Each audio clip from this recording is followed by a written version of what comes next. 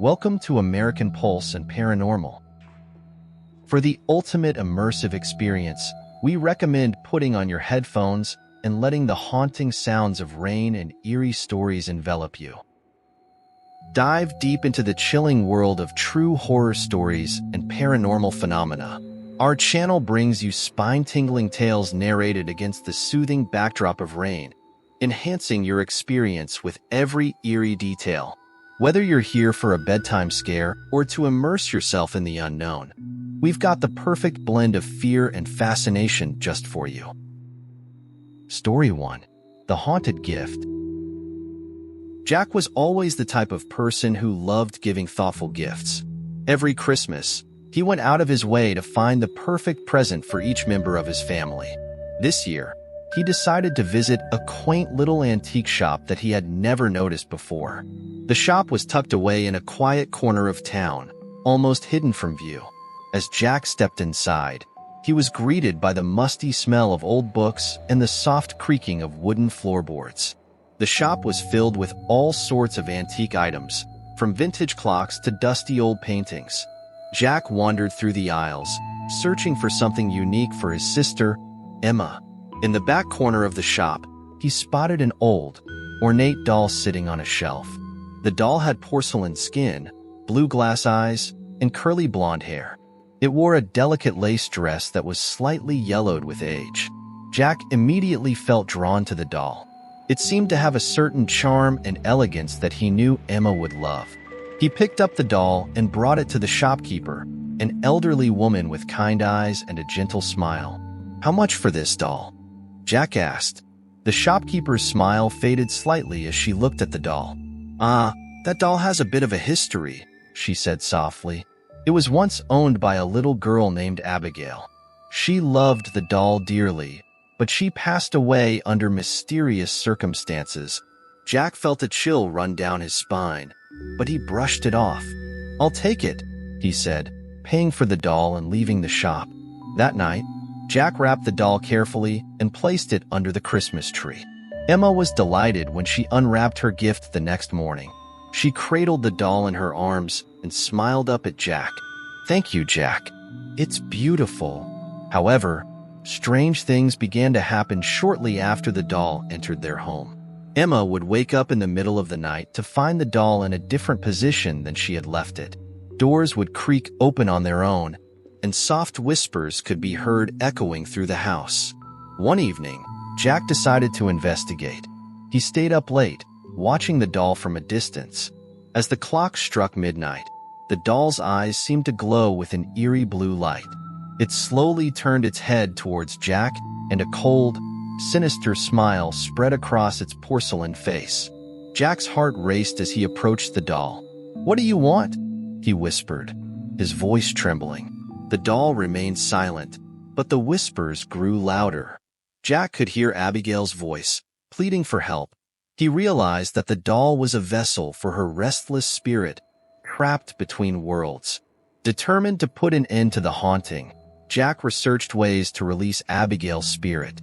He learned of a ritual that involved burning a lock of hair from the doll and reciting an incantation. With trembling hands, he followed the instructions, hoping to free Abigail's spirit once and for all.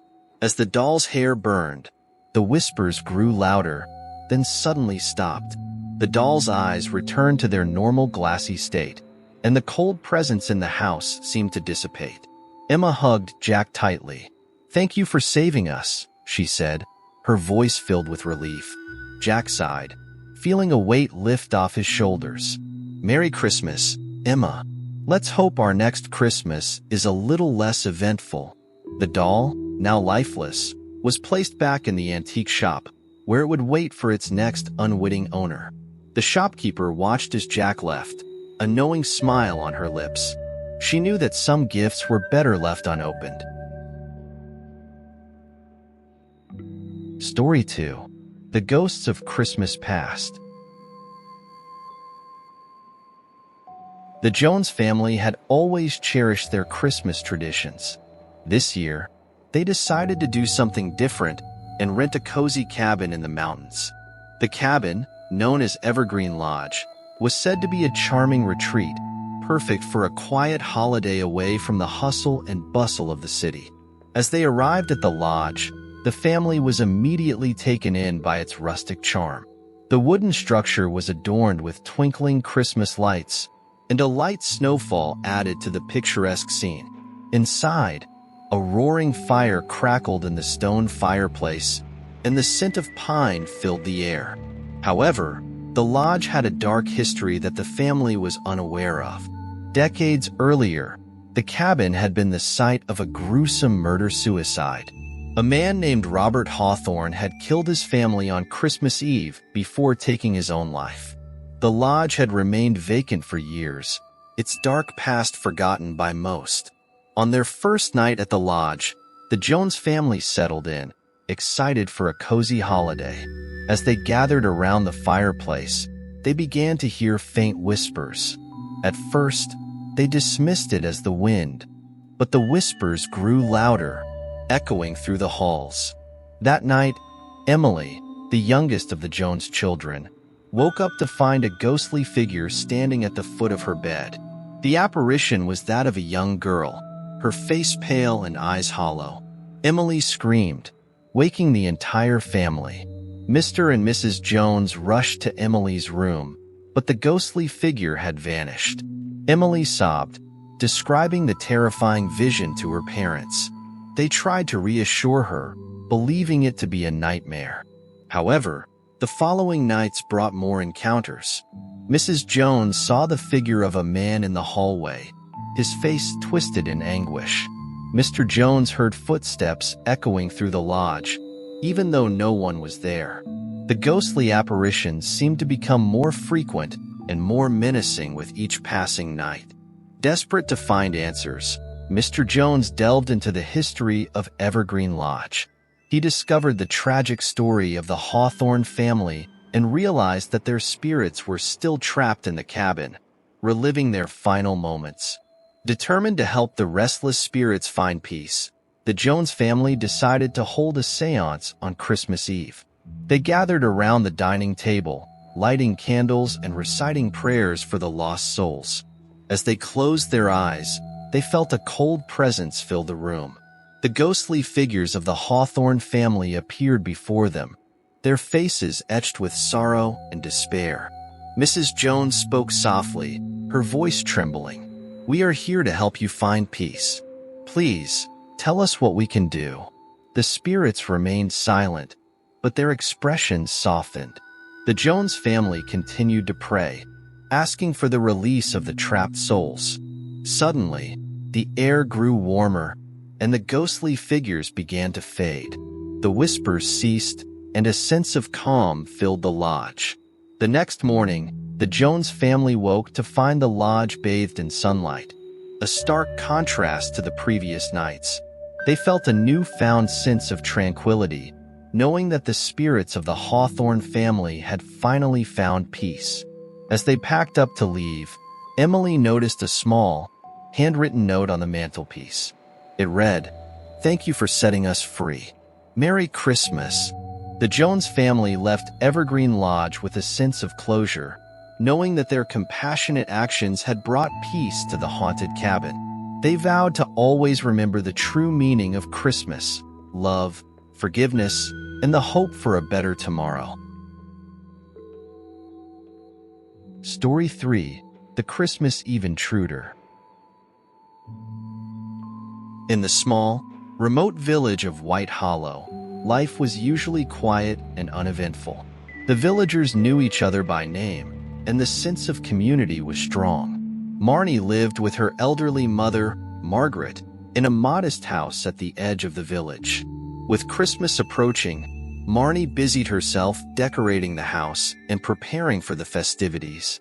On Christmas Eve, a heavy snowfall blanketed the village, adding to the serene, picturesque atmosphere. Marnie finished stringing up the last of the Christmas lights and stepped back to admire her work. She smiled, satisfied with the cozy, festive ambience she had created. The house looked like something out of a holiday postcard, complete with twinkling lights and a wreath on the door. As night fell, Marnie and her mother settled in for a quiet evening. Marnie lit candles and turned on the old record player, filling the house with soft Christmas carols.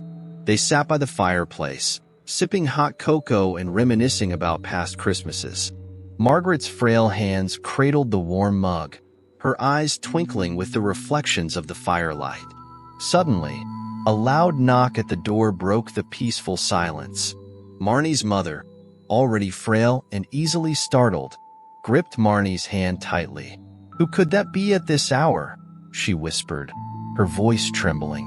Marnie cautiously approached the door and peered through the peephole.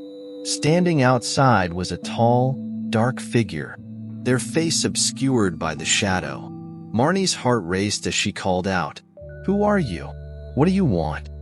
The figure remained silent, but the knocking grew more insistent. Fearful of what lay on the other side, Marnie backed away from the door. "Go away!" she shouted. But the knocking continued, each knock echoing louder in the otherwise silent house. Marnie quickly called the local authorities, explaining the situation in a trembling voice. The operator assured her that an officer would be dispatched immediately. As she hung up the phone, the knocking suddenly stopped. An eerie silence filled the house, broken only by the crackling of the fire. Minutes later, the village constable, Officer Grant, arrived. He was a sturdy man with a calm demeanor, well known and respected in the village. He searched the perimeter of the house, but found no trace of the intruder. "There's no sign of anyone," he said, his voice calm but concerned. "I'll keep an eye on things tonight. Lock your doors and windows, and don't hesitate to call if you need anything." Marnie nodded, grateful for the officer's presence. As the night wore on, she and her mother tried to shake off the unsettling encounter and focus on enjoying their evening. But the sense of unease lingered, casting a shadow over their festivities. Later that night, just as Marnie was beginning to relax, she heard a faint tapping noise coming from the back of the house. She froze, her heart pounding in her chest. "Mom, stay here," she whispered, grabbing a flashlight and making her way cautiously toward the back door. As she approached, the tapping grew louder, more persistent. Marnie shone the flashlight through the window and gasped. The same dark figure stood outside, closer now, their features still obscured by the shadows. Gathering her courage, Marnie shouted, "Leave us alone. The police are on their way." The figure did not move, did not respond. Panic surged through Marnie as she backed away, her mind racing with fear and confusion. She rushed back to her mother, who was now visibly shaken. "Mom, we need to stay together," Marnie said, her voice firm despite her own fear. They locked all the doors and windows, making sure every entrance was secured. They huddled together in the living room, the flickering fire casting long, dancing shadows on the walls. Marnie kept the flashlight in one hand and her phone in the other, ready to call Officer Grant again if needed. Hours passed in tense silence. The tapping had stopped, but the fear remained. Marnie and her mother stayed vigilant, their senses heightened by the adrenaline coursing through their veins. The minutes felt like hours as they waited for any sign of the intruder. Just as the first light of dawn began to filter through the windows, there was a soft knock at the front door. Marnie hesitated, then cautiously approached the door. "Who is it?" she called out, her voice trembling. "It's Officer Grant," came the reassuring reply. "I've been patrolling the area all night. Is everything all right?" Relief washed over Marnie as she opened the door. "Thank you for coming," she said, her voice shaky with gratitude. The intruder was here again, at the back of the house. Officer Grant's expression grew serious. "I didn't see anyone during my patrols. Let's take another look around." Together, they inspected the property once more. The snow was undisturbed, no footprints to indicate anyone had been there. It was as if the intruder had vanished into thin air. Officer Grant assured Marnie and her mother that he would continue to keep an eye on the area, but there was little more he could do without any evidence.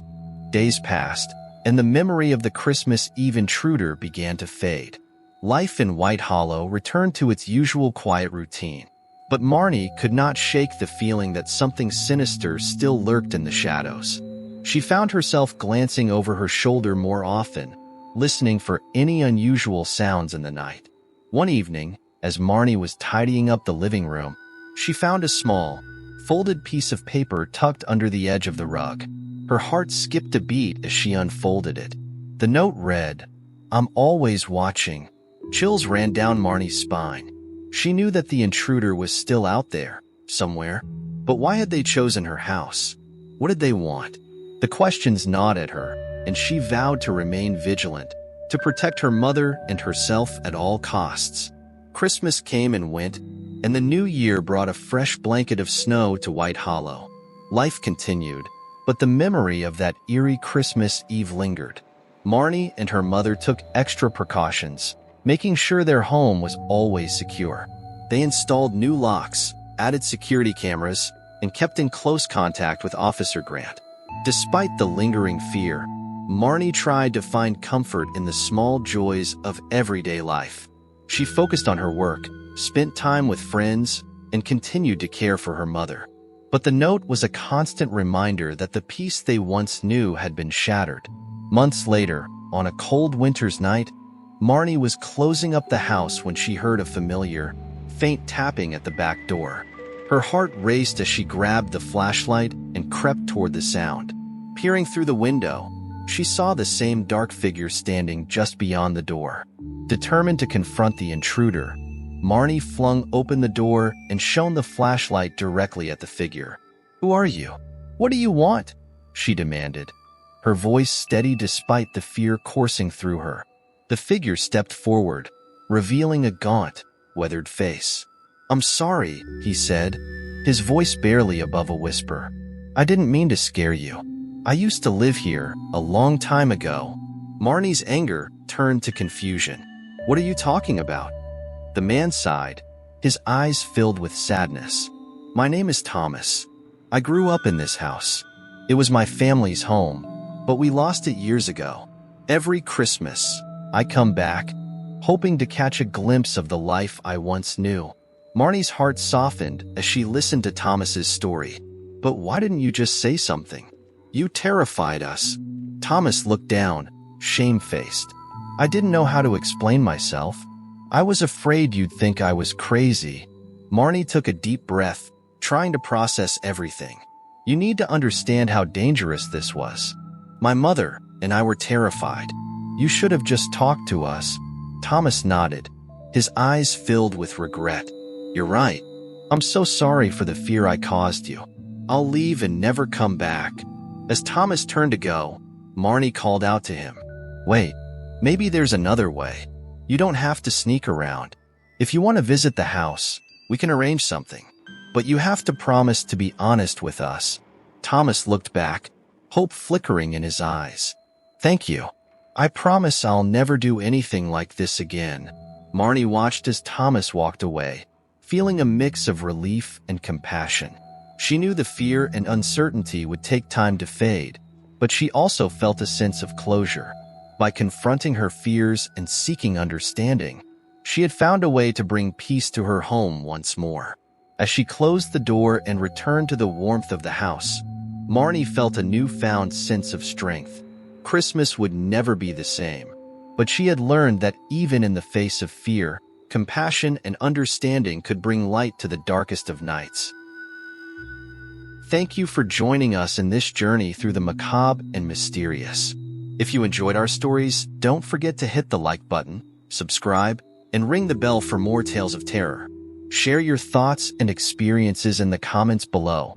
We love hearing from our community. For more exclusive content and updates, join us on Facebook at American Pulse and Paranormal. Stay curious, stay spooky, and remember, sometimes it's the silence that's the scariest sound of all.